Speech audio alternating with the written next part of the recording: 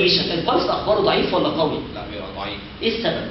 لان كل الدم بيروح لللنج، فبيزود يعني بيزود الدم اللي راح لللنج، فبالتالي الدم اللي هيطلع من الليفت فنتركل هيبقى قليل، فبالتالي البلس هيبقى ضعيف. تمام. والعكس في الاكسبيريشن بيبقى الدم معظمه بيروح طيب هسألك آخر سؤال في الحتة دي واشكرك جدا يا محمد. سبليتنج اوف هارت ساوندز، فيسيولوجيكال سبليتنج، ممكن تشرحوا لي؟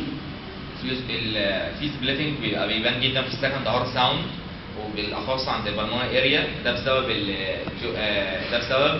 ان الاورتيك فالف بيقفل قبل البلمونري فالف. تمام. ده بسبب الليفت فنتريكال بريشر بيبقى اعلى من الرايت فنتريكال بريشر. تمام. فبالتالي الليفت فنتريكال هيخلص كونتراكشن قبل الرايت فنتريكال. والرايت فنتريكال كمان قدرته كبامب اضعف، فبيبقى البلمونري فالف موارب يعني مش كلوزد قوي.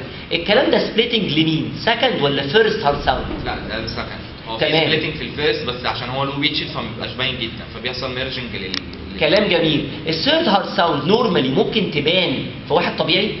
يعني ممكن تبان في تشيلدرن او سيم بيرسون. تمام. لكن في حالات الهارت فيلير ممكن تبان. كل الساوندز بيبانوا في الفونوكارديو برين. صح. طب والثيرد هارت ساوند تمثل ايه؟ بتبقى في الرابيد فيلينج فيز. وتبان في انهي مرحله؟ انت قلت رابيد فيلينج اللي هو فيز 7. طب بالنسبه للفورث هارت ساوند يا ترى يبان فين؟ ده بيبقى يعني يبان في انهي فيز؟ في الاترياس الصوت. صح. وده نورمالي؟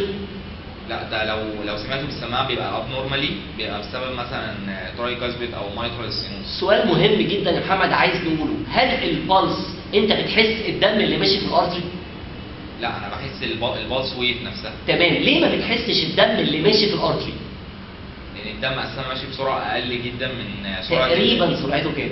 اعلى سرعه ليه بتبقى 50 سم في صح. نص متر. تمام. طب وسرعه الويف بتبقى قد ايه؟